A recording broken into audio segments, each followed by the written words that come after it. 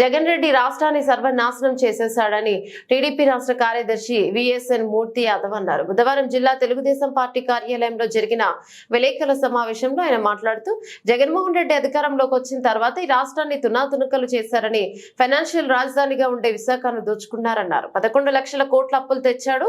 విశాఖలో ప్రభుత్వ కార్యాలయాలు, ఇతర స్థిరాస్తులపై 25,000 కోట్ల అప్పులు తెచ్చారని, దీనికి వడ్డీలు ఎంత కడుతున్నాడో ఆర్డీఐలో దరఖాస్తుపై చేస్తే సమాచారం లేదని చెప్పారు. అయితే బీపీఎస్ కోసం చేసిన వసూలు ఏం చేశారో తెలీదు, వాటికి ఆథరైజేషన్ కూడా లేదని తెలిసిందన్నారు.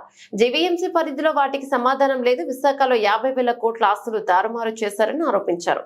ఈ నష్టం ఎవరు భరిస్తారని ప్రశ్నించారు.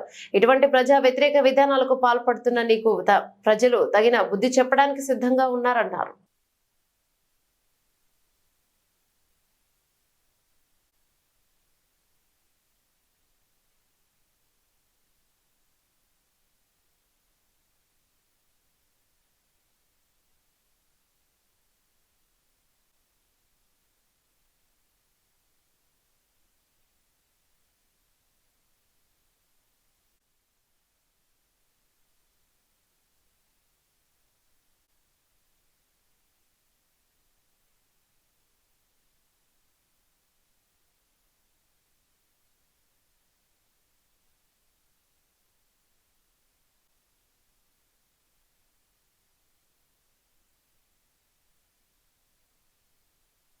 జగన్మోహన్ రెడ్డి అధికారంలోకి వచ్చిన తర్వాత రాష్ట్రాన్ని పీల్చి పిప్పు చేసి దాన్ని దరికిన దండుకొని రాష్ట్రంలోనే ఆయన అభివృద్ధి లేదు.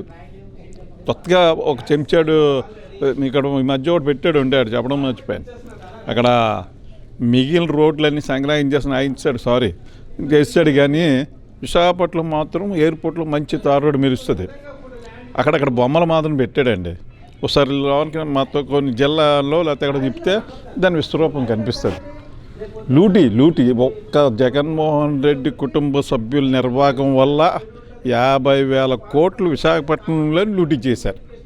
ప్రభుత్వ ఆస్తులు, ప్రైవేట్ ఆస్తులు, ఈ విడుపులపైలోని అప్పులు తెచ్చి లేకపోతే ఆ లూటీ వాళ్ళు అమ్ముకొని చేస్తే ఎవడు అడగం వాళ్ళ ఆస్తి అని.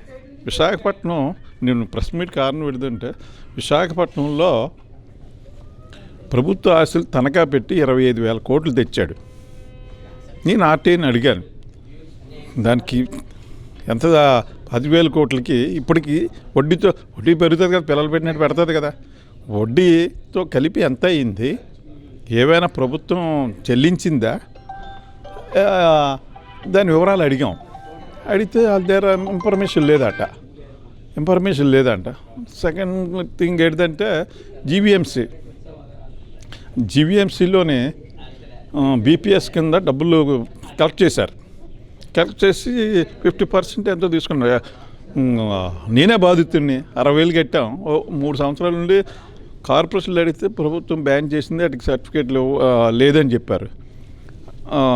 స్పందనలోని పెడితే అప్పుడు నా ఒకదానికి ఈ మధ్య రీసెంట్గా 2-3 months బ్యాక్ దానికి సర్టిఫికేటు డబ్బులు కట్టి ఆథరైజేషన్కి ఇచ్చారు. మిగిలిన వాళ్ళకి మనం అదే అడిగాం.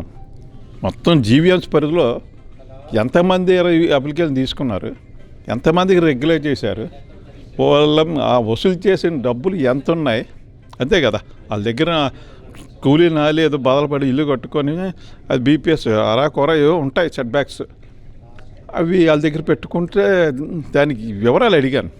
ఎంత కలెక్ట్ చేశారు, మీ దగ్గర ఎంత ఉంది, దీనికి ఏం ప్రతిపాదన ఉందా, లేకపోతే ఏమైనా ఆర్టీఐలో అడిగితే వాళ్ళు సమాచారం ఇవ్వలేదు. కలెక్టర్ ఆఫీస్లోని సమాచార శాఖ వారు జగన్మోహన్ రెడ్డి అప్పుల మీద ఇవ్వలేదు. అది నవ్వున్నాడు కదా దేవుడిన ఆకాశాన్న.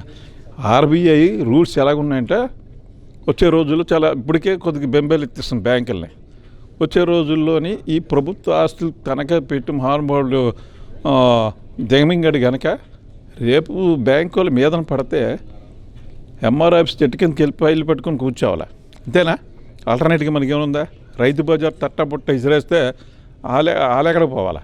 ప్రభుత్వ ఆస్తులు 1-2 మా గోపాలపట్నంలోని రైతు బ్రహ్మాండమైన బజారు, సీతమ్మదారి ఎంఆర్ ఆఫీస్, కలెక్టర్ ఆఫీస్ మీద కూడా పడితే ఎలపూడి గారు ఎమ్మెల్యే గారు వెళ్ళి కోర్టుకు వెళ్ళి స్టే తెస్తే ఆగింది. మిగిలిన చాలా ఉన్నాయి, హాస్పిటల్ ఉన్నాయి, రైతు బజార్లు ఉన్నాయి, ఎంఆర్ ఆఫీసులు ఉన్నాయి. వాళ్ళ ఇష్టం, అడ్డు ఆపు అడిగినోడు లేడు. అది ఆటికి ఎవరు బాధ్యత పడతారు? రేపు ఎలాగా 2 నెలలు ఇంటికి వెళ్ళిపోతారు.